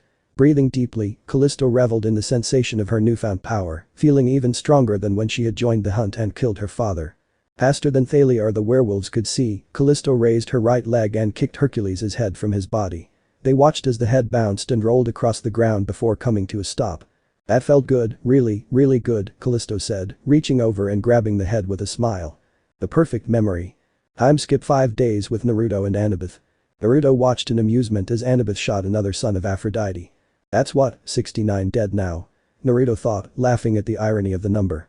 For the past 5 days they had gone on a killing spree across all the settlements with Annabeth, killing every child of Aphrodite they came across, regardless of who they were or how old they were. Though so far they've only been able to kill one immortal child, Naruto thought, staring absent-mindedly at the golden bow and arrows strapped to Annabeth's back. Naruto had told him the importance of taking a trophy from a particularly important victim as a way to relive death over and over again. Now they were simply tracking down the demigod children of the foxes and cutting them into pieces, making sure to ruin their cute little faces and bodies. "This is great, Nai-san, but when can we attack the vixen?" Annabeth asked. "Soon, Annie. Once the time comes, we'll deal with all the gods." Naruto reassured himself, knowing that when the time comes to deal with the gods, it will be something that will be remembered for ages to come. Suddenly, both Naruto and Annabeth stiffened while Naruto turned his knife into a scythe. "You really are stupid if you think you're going to get out of this alive," Naruto said, turning to look at Kushina. "Naruto," Kushina said fondly upon seeing her son again after so many years. Clenching his fists, Naruto glared at her with pure hatred, his eyes turning blood red with slitted pupils, his whiskers thickening, and his canines lengthening. "I'm going to enjoy carving you up," Naruto said, pointing his scythe at her. Kushina just smiled at both of them. Before Naruto or Annabeth could react, darkness consumed them. "Mindscape." Naruto blinked in confusion, looking down at his hands and not finding his scythe or knife. He also found himself and Annabeth, who was also missing her weapons, in a dark prison with Kushina standing in front of them. "If you think I'm defenseless just because I don't have a weapon, you're obviously more stupid than I originally thought," Naruto said, grinning sadistically. While he prefers a gun, he has no problem killing someone with his bare hands. In fact, considering it was his mother dog who improved him when he stifled her laughter. "I have no doubt about that, Sachi, but I'm not Athena." "She is," Kushina said, pointing to one of the unlit cells, revealing a bound and gagged Athena. Naruto simply raised an eyebrow at the bound goddess before looking back at Kushina with amusement and anger in his eyes. "You really expect me to believe that's Athena and you're really Kushina Uzumaki, although you're that hitch in a different form," Naruto said. "Well, I really am Kushina. Well, it is true, I am just another aspect of Athena, but I eventually became my own person with my own feelings and thoughts. When I died, I was forced to return to Athena and normally I would have reunited with her, but I stayed around so I could see Sachi again," Kushina said, taking a step towards him, but Naruto stopped her with a raised hand. "How do I know this isn't just a trick, a ploy to let my guard down?" Naruto demanded, as this wouldn't be the first time someone tried to trick him. Kushina just smiled and continued walking towards him. "I'll want a girlfriend and that's normal. Just don't fall in love with a stranger. Try to find someone like me. Oh, one more thing. Watch out for Jiraiya-sensei. Databane. Naruto. There will be difficult and painful times ahead. Take care of yourself. Find a goal. A dream. And don't stop trying until it comes true. There's so much more I want to tell you. To teach you. I want to stay with you longer. I love you." Kushina said, repeating the words she had said to him when he was just born. "Don't stop trying until it comes true. There's so much more I want to tell you. To teach you. I want to stay with you longer. I love you." Kushina said, repeating the words she had said to him when he was just born. Don't stop trying until it comes true. There. There. There's so much more I want to tell you. To teach you. I want to stay with you longer. I love you. Kushina said, repeating the words she had said to him when he had just been born. Naruto froze in place upon hearing those words. The only ones who should know them were those who had been there that night. But it wasn't just the words. It was the genuine emotion in them. While Athena could rehearse the words, Naruto highly doubted she could put any real emotion into them. He didn't react when Kushina gently wrapped her arms around him, still in shock. Are you really here? Naruto asked. Yes, I'm here, Sachi, and I won't be leaving this time. Kushina replied, though Naruto's expression soon hardened. And I suppose you're going to try to dissuade me from my plan. Naruto said. If she was planning to stop him, Naruto wouldn't hesitate to kill her too. He's already come too far to stop now. And if Kushina thought he'd stop just because she said a few nice words and hugged him, she'll be sorely disappointed. Oh hell no. I want to help you. Kushina said, walking away with a dark smile. Naruto stared at her for a moment. Sorry, could you repeat that? You seemed like you wanted to help me. Naruto said, wondering if he inhaled some toxic fumes and this was all a hallucination. Yes, you heard right. I want to help you with whatever your plan is. By the way, did you like my helpful work with Athena's previous lovers? Kushina asked, sure that her son had heard or son of the bodies she left behind. That was you? Naruto said. Kushina nodded happily. Yeah. Where do you think you got your murderous side from? Kushina asked rhetorically. Right. And what are we supposed to do with her? Naruto said, pointing at the tied-up Athena. I thought it might be a peace offering, in case you didn't believe me. Maybe you could take her away from me with that scythe, Kushina said. Naruto thought about it. The scythe was one of the most powerful weapons in creation, with only the lightning master, the trident, and the helm of darkness rivaling it. It was powerful enough to disperse a primordial. Killing a goddess would be much easier. It's possible. But I have something much better in mind. Naruto said with a smile. What nice, Anne? Annabeth asked before seeing Naruto look her and Kushina up and down. When you took over Athena's body, were the things you changed the right hair and eye color? Is everything else physically the same? Naruto asked. Yeah, everything's basically the same, even being a virgin. Kushina said before realization hit her and she smiled widely. This is going to be fun. Naruto said. Chapter 10. Lemon skipped. It will be available in my Patreon soon. The three of them lay down on the bed, tired from their activities. Looking over, Naruto saw that Kushina and Annabeth had fallen asleep. Looking around, Naruto switched places with a pillow. Putting on his boxers, Naruto left the room. Moving over to where he had Artemis restrained, Naruto smiled as he saw her thrashing around on the table while moaning through her gag. Walking over, Naruto removed the gag, and Artemis immediately moaned even louder without the obstruction. He then proceeded to remove the nipple clamps from her hard nipples and the vibrator, now soaked in her juices. Well, isn't this a sight, the goddess Artemis, a proud and well-known virgin goddess who hates men. Moaning like a $2 bore. Naruto said, Artemis looking at him weakly, her eyes filled with equal parts hatred and desire. You know, Artemis, you should know that your little followers weren't really anything personal. Well, for Callisto it was personal, but not for me. Naruto said. You still gave the order. Your followers, your plan. Artemis said, Naruto laughing. Do I look like a guy with a plan? Naruto asked, grinning madly before calming down. No, gods have a plan, demigods have a plan, Athena had a plan. They're all schemers trying to control their own little worlds. Naruto said as he sat down in a chair. I'm not a schemer. I try to show schemers just how pathetic their attempts at controlling things really are. So when I say, come here. Naruto said, unclasping one of his wristbands before grabbing his hand and patting it. When I say you and your girls weren't anything personal. You know I'm telling the truth. Naruto said, moving to the other side. It's the schemers who put you where you are. You were a schemer, you had plans. And look where that got you. Naruto said, undoing his other restraint. Immediately, Artemis attacked and grabbed his throat, though Naruto forced her hands down. I just did what I do best, I took your little plan and turned it on myself. Look what I did to Olympus with a few dozen bodies and a couple of missing goddesses. Naruto said. You know what I noticed. No one panics when things go according to plan. Even if the plan is horrible. Naruto continued. If tomorrow I tell all the demigods that, like, a god raped a mortal woman. Or that some monsters are exploding. No one will panic. Because it's all part of the plan. Naruto said. But when I say a little old demigod will die. Well, then everyone loses their minds. Naruto said dramatically. Naruto then pulled out his knife and flipped it over to hold the blade. Introduce a little anarchy. Upset the established order. Naruto said, grabbing Artemis's hand and making her hold the knife and put it against her throat. And everything turns into chaos. Said Naruto. I'm an agent of chaos. Oh, and you know what happens with chaos. It's fair. Naruto said. So what are you going to be, Hunter? Kill me and end all this chaos or don't? Your choice. Naruto said, raising his hands and leaving Artemis holding her knife to his throat. Artemis glared at him, she could kill him right now and end all this, avenge her hunters and all those who have died because of this lunatic. But he didn't and threw the knife aside. Shut up and buck me. Artemis demanded, having dealt with being constantly denied release for the past few days and she was going to get it one way or another. With pleasure. Naruto said smiling, pleased to be able to deflower another virgin goddess. Lemon skipped. It will be available in my Patreon soon. Time skip 5 days. Percy groaned and slowly opened his eyes to find himself in a dark room with a single light above him. Trying to move revealed that he was tied to a chair. Looking around, he saw that Nico and Leo were in similar positions. You're awake. Nico declared. What happened? Where are we? Percy asked, trying to escape his restraints, which was much harder with one arm. We don't know. Someone must have knocked us out. We can't use our powers either. Nico said he couldn't use shadows or summon skeletons, while Leo couldn't create any fire. And we're live in 5, 4, 3, 2, 1. What the hell?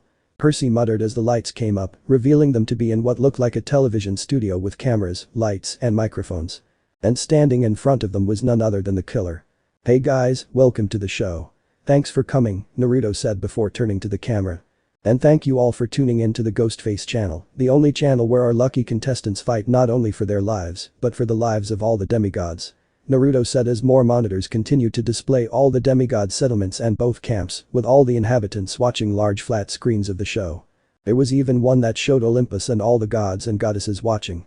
What the hell is it? What are you playing at? Percy yelled, struggling to escape his bonds. Oh, I'm not playing Percy boy. You three are. Said Naruto. As if we were going to play any of your games, Leo said, looking at the man responsible for the deaths of several of his friends. Oh, you will. You'll see if you don't do it right. Naruto said, taking out a detonator. If you don't play I will detonate the bombs I have placed in each demigod settlement, blowing every demigod to bits. Also for everyone watching at home, don't think about trying to escape as I have barriers set up around each settlement and if anyone tries to break through the bombs will set off. And don't try to locate the bombs as if they are rigged in some way they will set off. But don't worry, all it takes is these 3 lucky players to play the game and no one will die. Well, everyone except these people. Naruto said, taking out a second detonator. I know that seeing is believing and I want you to believe me, so. Naruto stopped pressing the detonator instantly. One of the settlements on one of the monitors was engulfed in a large explosion. Oh, gods. Nico screamed in horror as on the monitors all the demigods in the remaining settlement began to panic. If you want the other settlements to survive, you'll play the game. Otherwise, I'll blow each and every one of them straight to hell, said Naruto. Very well. Very well, we'll play your game. Percy said bitterly, looking at the assassin who is holding everyone hostage and who just destroyed an entire settlement by killing hundreds of demigods. Excellent. Now, the game we'll be playing is one of my old favorites. Truth. Or Dare. Naruto announced as a hint of cheers could be heard before turning to the camera. Now the rules are simple, each player has to tell a truth and perform a challenge. If they don't tell the truth, lie, or don't complete the challenge in the allotted time, a settlement will be destroyed. Now, any questions? None, alright. Let's begin. But before we begin, let me introduce you to my lovely assistant, Naruto said. Immediately, Annabeth entered the stage in her own killer outfit without the masks, much to the surprise of everyone watching and the players. Annabeth. Are you working with that lunatic? Percy said. Nai-san has been very good to me. Annabeth said, hugging Naruto's arm. Now on to the game. Percy, truth. Did you or did you not knowingly trick the lovely Annabeth Chase here? You have 30 seconds to answer. Naruto said as a timer went off with 30 seconds left. When I get out of this I'll make you pay for everything you've done. Percy shouted, Naruto waggling his finger. TSK, Percy, that's not an answer. You know what that means. Naruto said, pressing the detonator, destroying a second settlement, much to everyone's horror. Alright. Yeah, I tricked Annabeth, but Drew was controlling me. Percy said. Sorry, but that's still a lie and another agreement bites the dust. Naruto said, destroying another settlement. Tick-tock, Percy, time's almost up. Either you tell the truth or another deal blows up. Naruto threatened. Okay. Well, Drew wasn't controlling me, I was completely conscious. But come on, I have needs and Annabeth wanted to wait until marriage, I couldn't wait that long. Percy said in his own defense. Excuses. That's all I hear, I guess the apple really doesn't fall far from the tree. Besides, you really did trick this hexy piece of ass into one of the slutty kids, didn't you? I wouldn't be surprised if you caught something from her. Annabeth here is perfectly clean and the things she can do with her tongue. Naruto sneered, Percy glared at him with pure hatred. Anyway, moving forward Leo, you dare. I dare you to crawl through a furnace and retrieve the cure. Naruto said. What cure? Leo asked fearfully. The poison I injected into you, of course. Naruto revealed as a curtain on the stage rose, revealing a large furnace. Better hurry, you have 1 minute left before the furnace ignites, destroying the cure, and you die from the poison. Naruto said as Leo's restraints opened. And before you get the idea of trying to kill me, just know that if you come within 1 meter of me, you will die. But go ahead, try to be a hero or not. Flip that coin. Naruto offered as the timer started. Leo looked between the oven and Naruto, he could get the cure and potentially live or try to deal with the killer once and for all, and actually die. Tick-tock, flame brain. Every second wasted is another second closer to death. Naruto said, Leo cursing mentally. Not seeing many options, he went to the oven and saw that it was large enough to crawl through, and at the end was a syringe hanging from a rope. Climbing slowly, Leo began to crawl through the oven, sweating profusely from nervousness and fear, considering that it could ignite at any moment, and Leo wasn't sure if he still had his fire resistance. Look at what he's really doing, folks. But I don't think he looks challenging enough. What do you think, Annie? Should we turn up the heat? Naruto asked. Absolutely, Annabeth replied, smiling grimly. Uppy, you all heard the lady, let's see how much fire she can handle. Naruto said, activating the seals he put on the furnace. The seals glowed before they began to release black flames. Leo looked at them in fear. Naruto smiled behind his mask as he watched Leo frantically crawl towards the cure. The Madarasu, a fire so strong it will burn for 7 days and 7 nights, burning everything it touches to ash, and nothing can extinguish these flames. Thought Naruto. The Uchiha clan took his life, Naruto took their eyes. It was a fair trade. Leo soon reached for the cure and quickly grabbed it without thinking. That turned out to be a mistake, as when he pulled the string, the oven door slammed shut behind him. No. Leo yelled as the black flames increased in intensity. Oh, did I forget to mention that you also have to escape from the furnace after getting the cure? I must have forgotten. Naruto said carelessly. Everyone watched and listened in horror as Leo screamed in pain, desperately trying to escape as the flames began to consume his body. Leo managed to break through the oven window and crawl halfway inside before the last of his life left him, his upper body sticking out completely covered in horrific burns. Ooh, so close. Oh well, everyone knows the failure of the drill to complete a challenge, and an agreement is dismissed. Naruto said as he was destroying another settlement. But he dared. Percy shouted. Yes, but he didn't complete it. I specifically said that you had to complete the challenge, and Leo didn't, he couldn't escape the furnace, and he paid a heavy price for it. Now, the next contestant, Naiko D'Angelo. Naruto said, approaching the son of Hades, who looked at him with a blank look, but his eyes were filled with hatred. Naiko, your challenge is quite simple. You just have to choose who lives and who dies. Naruto said, walking behind Naiko and grabbing him by the shoulders as 2 spotlights came on, illuminating an aquarium empty except for 2 people inside. The 2 of them made Naiko even paler than he already was, as standing on 2 platforms were his sister Hazel and her boyfriend Will, their hands tied behind their backs and gags in their mouths, while around their necks were barbed wire ropes. You see Naiko before you, it's the 2 people you love the most, your precious sister and your loving boyfriend. But you can only save one of them, you have to decide who matters most to you, otherwise I'll kill them both. Naruto said, releasing Naiko's restraints. Naiko immediately ran towards the aquarium, banging on the glass as Will and Hazel tried to say something through their gags. Looking over, Naiko saw 2 handles attached to chains slowly pulling apart. Realizing what was happening, Naiko grabbed the handles. With each passing moment, the handles wound tighter and tighter, pulling Naiko apart as he desperately tried to hold on to both of them. Okay, we get it. Play the game or suffer, okay, I'll play. But please let them go. Naiko pleaded, unable to choose. You can't do it, Naiko. Once a game stops, it doesn't end until someone dies. It's pretty simple, just let it go, it's not that hard. Just let it go. Naruto said. Just let Naiko go, said a voice Naiko recognized. Looking, Naiko was surprised to see his sister Bianca. Bianca. Naiko stammered, not knowing how he was here. Smiling, Bianca approached Naiko, placing a hand on his cheek. Just let Naiko go. It's okay, everything will be okay if you just let him go, Bianca said. Ooh, but they'll die if I let them go. Naiko said. So, is it any different than you letting me die? Bianca said, losing her smile. What? Naiko said, confused. Oh, you don't remember, that makes sense after you had no problem replacing me. Me, who raised you after our mother died and dear old dad abandoned us in that casino for 60 years just to see if one of us could be someone. Big prophecy girl. Me, who looked after you, who helped you collect your prized mythmagic cards and figures. Me, who had to join a group of man-hating preteens just to finally feel free for once in my life. Me, who died just so you could get a stupid little toy. Bianca said cruelly, Naiko shaking his head with tears in his eyes. And how do you repay me? By forgetting about me and replacing me with a new sister, one who was already dead. Well, I was dead, but I guess it would have been very difficult trying to find me, Bianca continued cruelly. I tried, but you chose to be reborn rather than return. Naiko said, defending himself. And that's why you decided you might as well get a new sister, Bianca retorted in disgust. No, I didn't. I would never replace you or forget you. Naiko said. Then prove it. Let me go. Bianca ordered. Naiko felt helpless as he looked at Hazel and Will's tear-stained faces, shaking his head as his own tears fell from his eyes. I'm so sorry. Naiko thought before letting go of the handles. Hazel and Will screamed through their gags before falling off their platforms, the barbed wire slicing into their necks and their bodies slamming into the glass panel. Naiko choked back a sob as he watched their bodies swing limply in the air. Bianca pulled Naiko into a one-armed hug and Naiko instantly hugged his crying sister into his shoulder. Naiko. Bianca said, slowly pulling a dagger from behind her and raised it in the air. You're still a gullible idiot, Bianca whispered before plunging the dagger into Naiko's back. Naiko felt shock, pain, and betrayal. As he walked away, Naiko didn't see Bianca looking at him, but Melino smiling cruelly. You know, I originally wanted to make my dear old dad watch while I crushed yours and other bastard skulls beneath my boots, but this was way more fun. Melino said, twisting the dagger, earning a yelp of pain.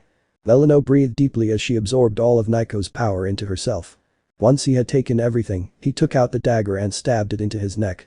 Enjoy Tartarus, little brother, Melino said, letting Naiko choke on his own blood. Woo. Talk about a serious puncher right there. That's 2 contestants down and 1 left. Percy Jackson. Naruto said, walking up to Percy and looked at him as the demigod gave Naruto a look that could kill.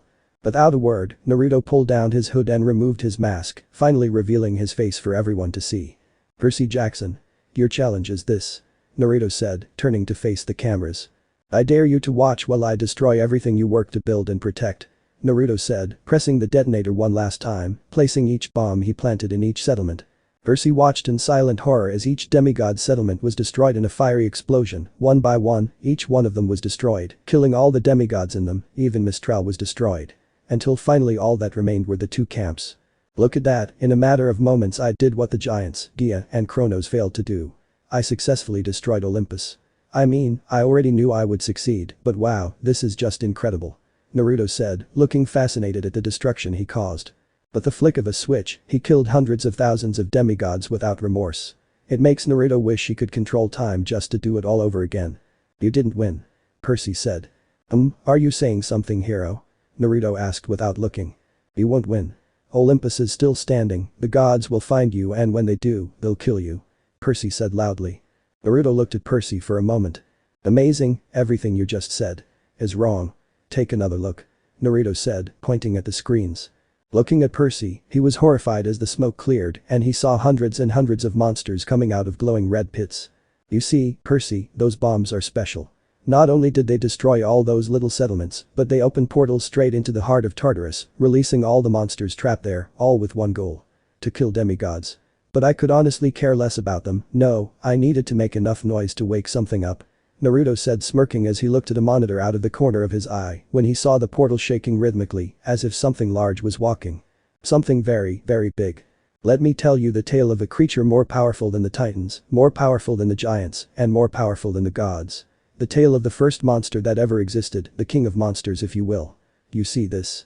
The monster was created by chaos. Chaos created this monster to act as a being that would bring balance to the world if things got out of control or if it needed to be destroyed so it could start anew. But this monster was trapped in Tartarus by the titans for fear that it would destroy them.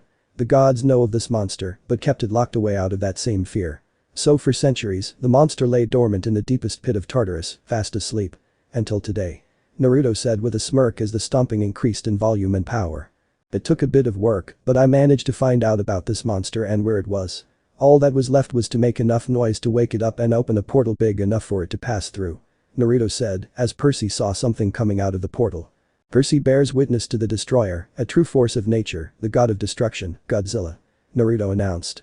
Percy could only stare as the creature of titanic proportions, easily standing at 318 meters, was bipedal, with a fully developed row of dorsal spines. Its skin tone was a dark black, with red shiny highlights around exposed areas of the body, such as its neck, back, and legs.